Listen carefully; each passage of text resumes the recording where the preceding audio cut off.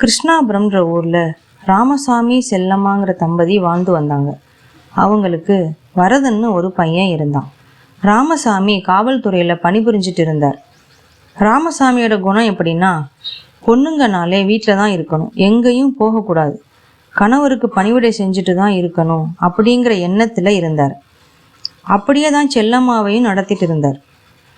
சொந்த பந்தம் யாருக்கிட்டையும் மதிப்பு மரியாதை கொடுக்காம வீராப்பா இருந்தார். அதனால் அவரை யாருக்கும் பிடிக்கல. அப்படி இருக்கையில் ராமசாமிக்கு வேற ஊருக்கு பணி மாற்றல் ஆயிடுச்சு. வரதனும் பள்ளி படிப்பை முடிச்சிட்டான். ராமசாமி குடும்பம் வேற ஊருக்கு போயிட்டாங்க.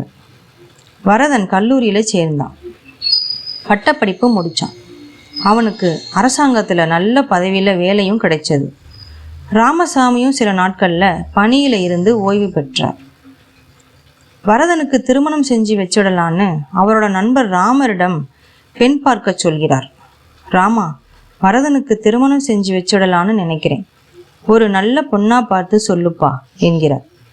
பக்கத்து ஊரான கோட்டையூர் அப்படிங்கிற ஊரில் ஒரு ஜமீன்தார் குடும்பம் இருந்தது. அவருக்கு 4 பெண்கள். 3 பெண்களுக்கு ஏற்கனவே திருமணம் முடிந்து விட்டது. 4வது பெண் காஞ்சனா, அவளுக்கு வரன் பார்க்கிறார்கள். ஜமீன்தாரும் ராமரும் உறவினர்கள் என்பதால் வரதனுக்கு காஞ்சனாவை திருமணம் செஞ்சு வச்சிடலான்னு நினைச்சு ஜமீன்தார்கிட்ட வரதனை பற்றி சொல்லி, வரதன் வேலை பார்க்குற அலுவலகத்திலேயே வரதனுக்கு தெரியாமல் பார்த்துட்டு போயிடுறாங்க. நல்ல வேலையில் இருக்கிறதால ஜமீன்தாருக்கு வரதனை பிடிச்சு போயிருச்சு. இதற்கிடையில் வரதனுடைய குணம் எப்படின்னு தெரிஞ்சுக்கலாம். வரதனுக்கு நல்ல படித்தவங்கன்னா பிடிக்கும். அதோட நல்ல நிறமாகவும் இருக்கிறவங்கள்ட்ட தான் பேசுவான், பழகுவான். அவனுக்கு கருப்பாக இருக்கிறவங்களையும் படிக்காதவங்களையும் வெறுப்பாக பார்க்குற குணம் கொண்டவன். அவங்களுக்கு சிறிதளவு கூட மரியாதையும் கொடுக்க மாட்டான். அவங்கக்கிட்ட பேசவும் விரும்ப மாட்டான். ஆனால் தன்னோட தந்தைக்கு ரொம்பவும் பயந்தவன். ராமசாமியும் ராமனும் வரதனுக்கும் காஞ்சனாவுக்கும் திருமணம் செஞ்சிடலான்னு ஜமீன்தார்கிட்ட போய் பேசி முடிச்சிடுறாங்க. காஞ்சனா அதிகம் படிக்காதவ, அதோட கருப்பாக இருப்பா. வரதனுக்கு காஞ்சனாவை கொஞ்சமும் பிடிக்கல.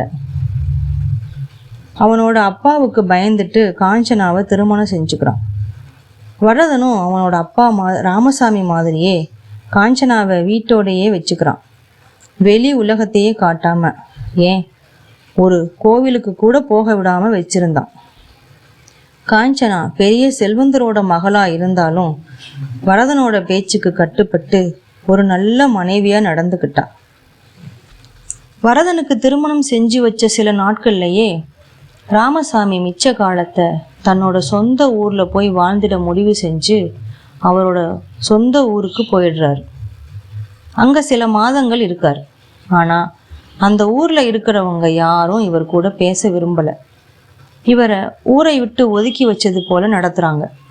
அப்போதான் ராமசாமிக்கு புரியுது, முன்ன அவர் யாருக்கையும் மதிக்காம நடந்துக்கிட்டது, தன்னோட மனைவியை அடிமையா நடத்தினது எல்லாமே உணர்றாரு.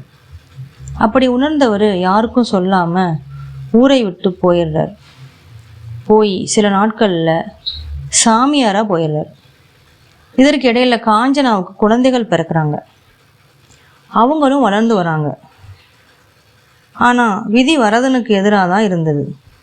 பிள்ளைகள் 2 பேருக்குமே படிப்பு சுத்தமாக வரலை. வரதன் தன்னோட மகளை ஒருவருக்கு திருமணம் செஞ்சு கொடுத்துட்றாரு.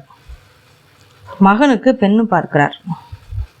அங்கே தான் வரதனோட எதிர்பார்ப்பு எல்லாத்தையும் தன்னோட மகனுக்கு பார்க்குற பொன் மூலியம்மா நிறைவேற்றிடலான்னு அவர் விருப்பப்படியே ஒரு நல்ல படித்த பொண்ணா, நல்ல கலராக சிவப்பாக இருக்கிற பொண்ணா பார்த்து திருமணம் செஞ்சு வைக்கிறார். அந்த பெண் குடும்பம் ஒரு நடுத்தர குடும்பம். இருவரும் சேர்ந்து சில காலம் வாழ்கிறாங்க. அவங்களுக்கு ஒரு பெண் குழந்தையும் பிறக்குது. சில வருடங்களில் பிரபு நடத்தையில் கொஞ்சம் சரியில்லாததுனால அந்த பொண்ணு அவனை விட்டுட்டு போயிடுறான். காஞ்சனாவும் வயது மூப்பின் காரணமாக இறந்து போயிடுறான். இப்போ ராமசாமியும் சாமியாராக போயிட்டார். கடைசி வரைக்கும் திரும்பி வரலை. பரதனும் காஞ்சனாவை இழந்து ஆதரவில்லாமல் இருக்கான். பிரபு வாழ்க்கையோ மனைவியையும் குழந்தையையும் பிரிந்து யாரும் இல்லாமல் இருக்கான். பரதன் செய்தது மகனுக்கு தண்டனையானது. கதையின் நீதி: பெண்ணை அடிமையாக நினைப்பவன் ஒரு நாள் தனிமையின் அடிமையாக மாறுவான். அழகை நிறத்தில் தேடியவன் மனிதத்தை பார்க்க மறந்தான். அதற்கான தண்டனை அடுத்த தலைமுறையையும் பாதித்தது.